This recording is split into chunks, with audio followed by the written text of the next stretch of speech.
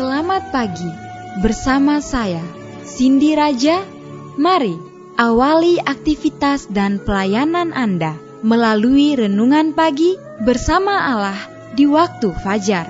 Dengan doa dan bimbingan darinya, kita dapat diyakinkan bahwa pada hari yang mulia itu, ketika Yesus kembali untuk mengklaim miliknya, bahwa kita akan menunggunya di sana dengan tangan terbuka dan disambut ke hadiratnya yang kekal.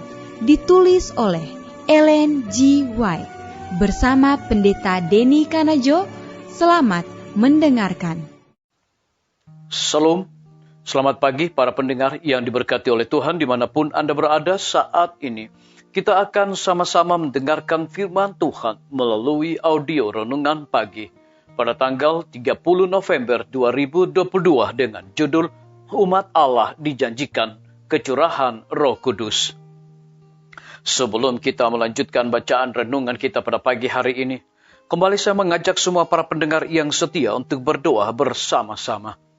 Bapa kami yang bersemayam di dalam takhta kerajaan sorga, terima kasih Tuhan Yesus, oleh karena kasih dan rahmat Tuhan begitu besar bagi kehidupan kami, lebih khusus panjang malam di dalam pembaringan kami. Hingga tiba di pagi hari ini kami bangun dengan tubuh sehat dan segar. Sebelum kami melakukan segala tugas pelayanan pekerjaan kami sepanjang hari ini, kami rindu Tuhan untuk belajar mendengarkan firman Tuhan. Curahkanlah kepada masing-masing kami kuasa Roh Kudus-Mu. Terima kasih Tuhan Yesus, ampuni kami Bapa, karena kami sudah berdoa hanya di dalam nama Tuhan dan Juru Selamat kami. Amin. Ayat inti kita terambil di dalam Yeskiel 39 ayat yang ke-29, demikian firman Tuhan. Aku tidak lagi menyembunyikan wajahku terhadap mereka, kalau aku mencurahkan rohku ke atas kaum Israel. Demikianlah firman Tuhan Allah. Mari kita ikuti penjelasannya.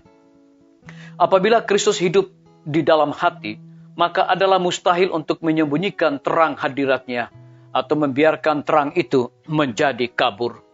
Sebaliknya hal itu akan menjadi lebih terang apabila hari demi hari kabut dosa dan sifat mementingkan diri dilenyapkan oleh cahaya terang matahari kebenaran. Disalin dari buku Alfa dan Omega, jilid 1, halaman 148. Kristus telah menjanjikan pemberian Roh Kudus atas jemaatnya, dan janji itu adalah bagi kita sebagaimana bagi murid-murid yang mula-mula. Tetapi sebagaimana halnya dengan setiap janji lainnya, hal itu diberikan dengan syarat. Banyak orang yang percaya dan mengaku menuntut janji Allah. Mereka berbicara mengenai Kristus dan mengenai Roh Kudus. Namun demikian, tidak mendapat keuntungan. Mereka tidak menyerahkan jiwa untuk dipimpin dan dikendalikan oleh kuasa ilahi. Hanya kepada mereka yang melayani Allah dengan rendah hati, Roh itu diberikan. Disalin dari buku Alfa dan Omega, jilid 6, halaman 314 dan 315. Janji Roh Kudus tidak terbatas pada satu zaman atau bangsa. Kristus menyatakan bahwa pengaruh ilahi dari Roh-Nya harus menyertai para pengikutnya sampai kesudahan.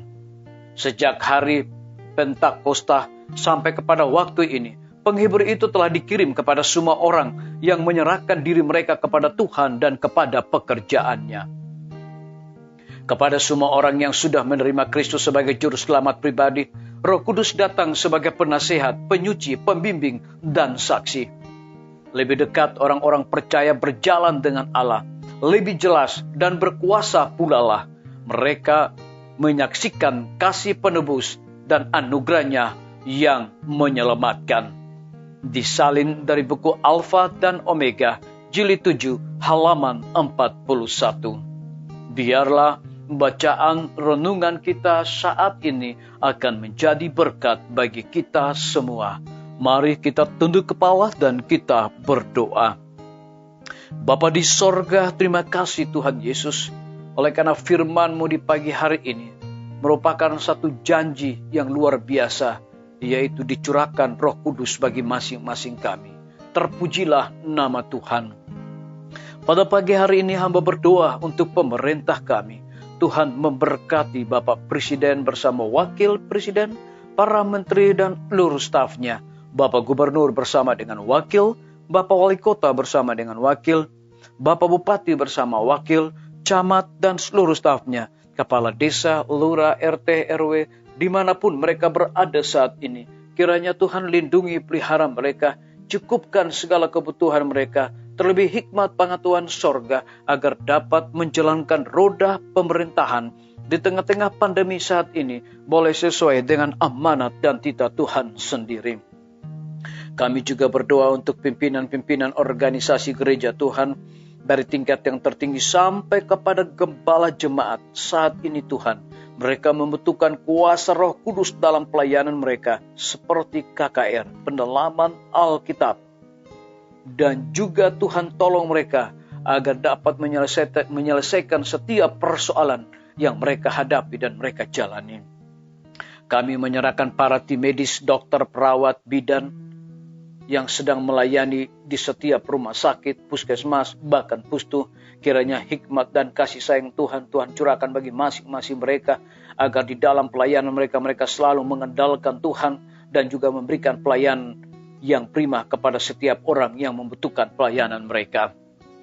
Kami juga berdoa untuk kelanjutan pembangunan Rumah Sakit Advent Palangkaraya, Rumah Sakit Advent Kupang. Tuhan, Engkau berkati para tukang, Engkau berkati material, Engkau berkati perizinan, agar semua dapat diselesaikan tepat pada waktunya. Kami juga berdoa untuk hamba-Mu, Dr. Raymond, yang Tuhan percayakan untuk memimpin Rumah Sakit Advent Palangkaraya. Kiranya hikmat dan kekuatan dan sukacita sorga akan Tuhan curahkan bagi hamba-Mu ini. Kami berdoa untuk lembaga-lembaga pendidikan. Tuhan berkati guru-guru, kepala sekolah, setiap siswa, mahasiswa, para dosen dan juga rektor dengan hikmat sorga, agar mendidik anak-anak bukan sekedar memiliki pengetahuan di dunia ini, tetapi yang paling terutamalah pengetahuan takut akan Yesus Kristus.